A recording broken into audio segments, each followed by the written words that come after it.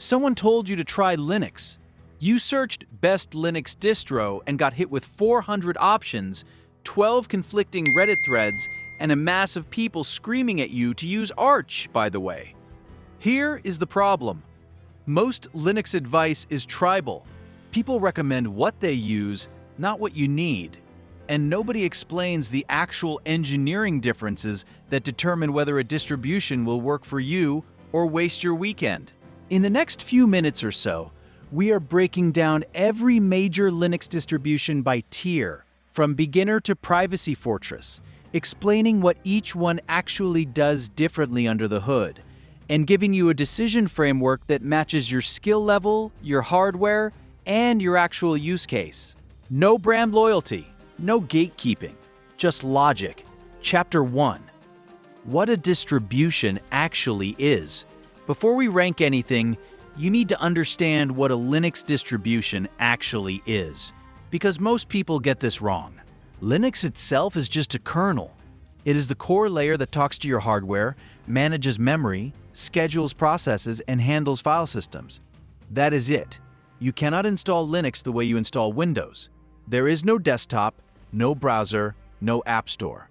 Just a kernel. A distribution is everything else. Someone takes the Linux kernel, adds a package manager, picks a desktop environment, bundles default applications, configures system services, and packages it all into something you can actually install. That collection of decisions is what makes Ubuntu different from Fedora, different from Arch, different from Tails. Think of it like cars. Every car has an engine, but a Honda Civic, a Ford F-150, and a Ferrari all use engines differently, wrap them in different frames, and serve completely different drivers. The kernel is the engine, the distribution is the car. This is why best Linux distro is a meaningless question without context. Best for what? For whom? With what hardware? Here is the framework. Chapter 2, Tier 1, Beginner Distributions. If you've never used Linux before, your only job is to get a working system without touching a terminal. 3 distributions do this well. Linux Mint. This is the single most recommended beginner distro for a reason.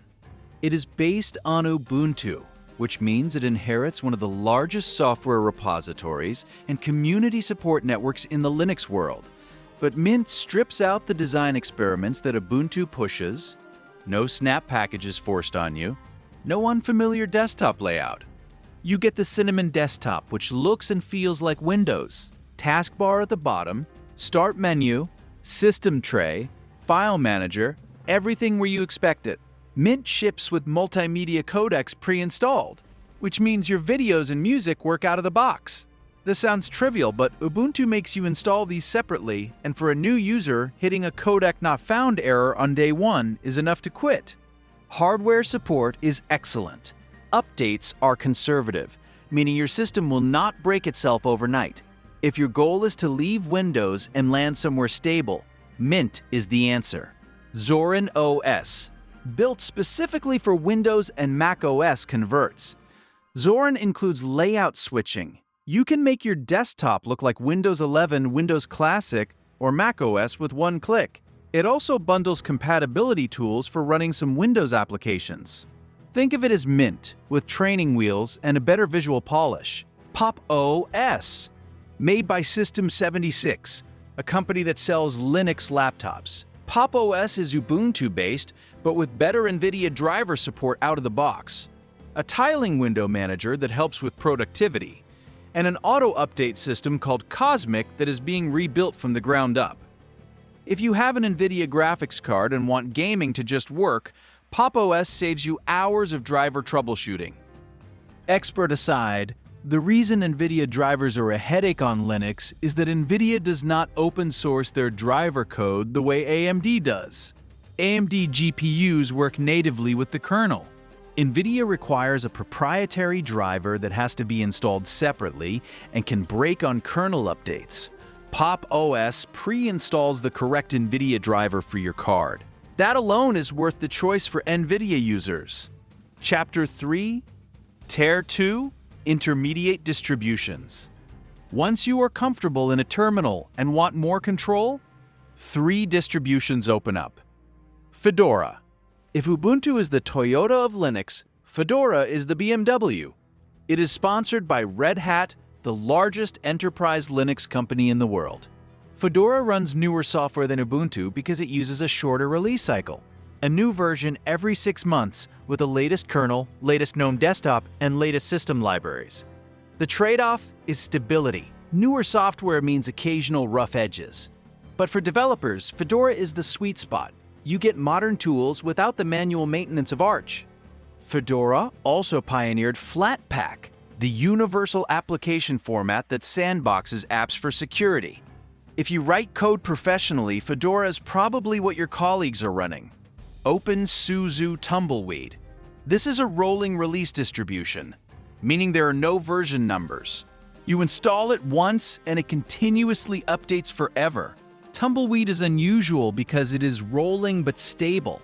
It uses automated testing to verify every update before it reaches your machine. It also includes YAST, the most powerful graphical system administration tool in the Linux world.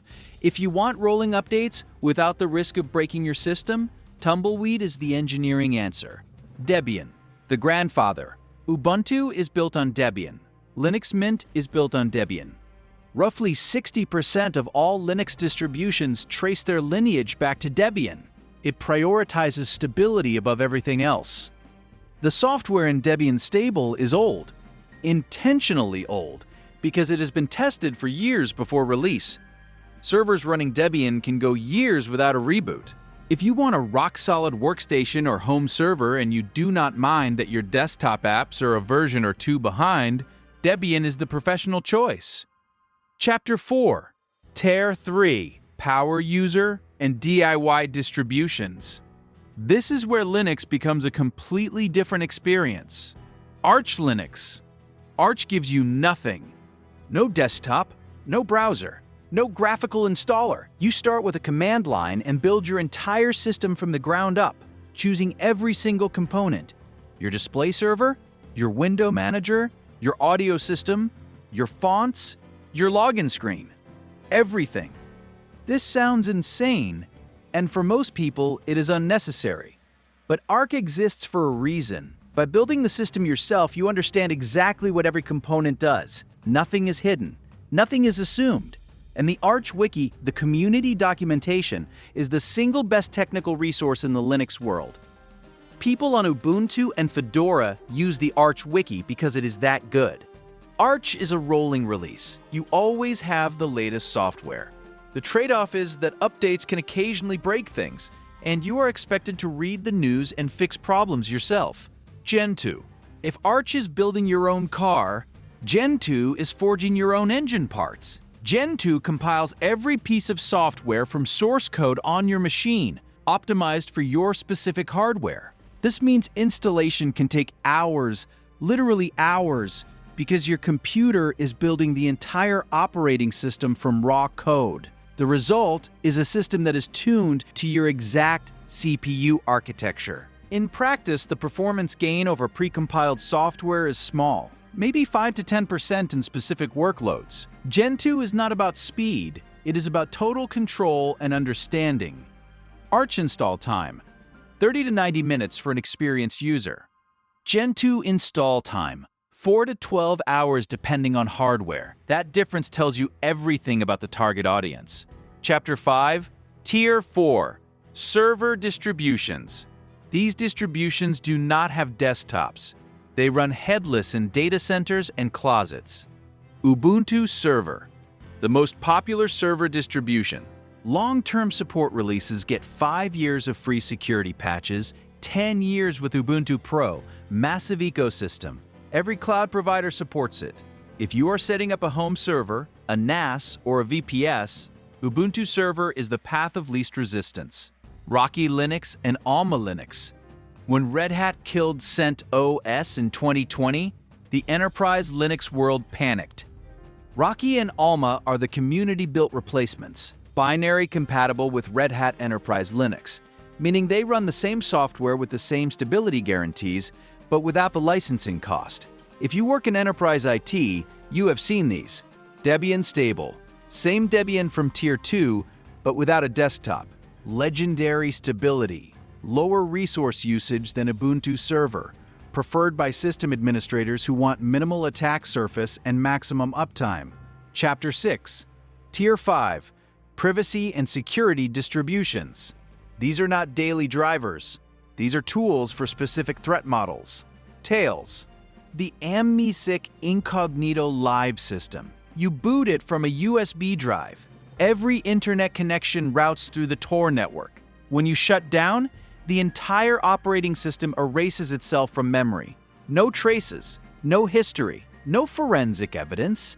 Journalists, whistleblowers, and activists use Tails when the cost of being identified is measured in prison time or worse. Edward Snowden used Tails when he contacted journalists in 2013. Qubes OS. This one rethinks the entire concept of an operating system. Instead of running all your applications in one environment, Qubes creates separate virtual machines, called Qubes, for different activities. Your banking runs in one VM. Your web browsing runs in another. Your email runs in a third. If malware infects your browsing cube, it cannot touch your banking cube because they are completely isolated at the hardware level, using the Zen hypervisor. Each cube gets a color-coded window border so you always know which security domain you are in. Red for untrusted, green for trusted, yellow for somewhere in between. It is the most secure desktop operating system available, but it requires serious hardware. 16 gigabytes of RAM minimum, 32 recommended, and a willingness to learn a fundamentally different workflow.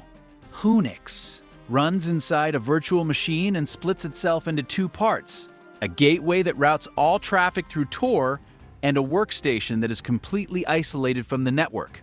Even if the workstation is compromised, your real IP address cannot leak because the workstation literally has no way to contact the internet except through the Tor gateway. Unix is often run inside Qubes for layered protection. Decision framework. Here is the cheat sheet. You have never used Linux before, and you want it to just work. Linux Mint. You have an NVIDIA GPU and want gaming? Pop! OS. You are a developer who wants modern tools. Fedora. You want to understand how a computer actually works? Arch. You need a server that will not break. Debian stable or Ubuntu server. You need to disappear from the internet? Tails on a USB drive. You need military-grade compartmentalization? Qubes. Every other distro is a variation of one of these archetypes. Khaki OS is performance-tuned Arch. Manjaro is beginner-friendly Arch. Elementary OS is Mac OS flavored Ubuntu. Kali is Debian with penetration testing tools. Once you understand the family tree, 400 distributions collapse into 7 decisions. The wrong question is, what is the best Linux distro? The right question is, what am I trying to do and which engineering trade-offs match that goal? That is, every major Linux distribution broken down by tier, by use case, and by the engineering decisions that actually matter. Next, we are going deep on Windows. Every version of Windows from 1.0 to 11, ranked, roasted, and explained. The rise, the fall, and the bloat. You do not want to miss it. Subscribe. Sudo BitLogic is just getting started.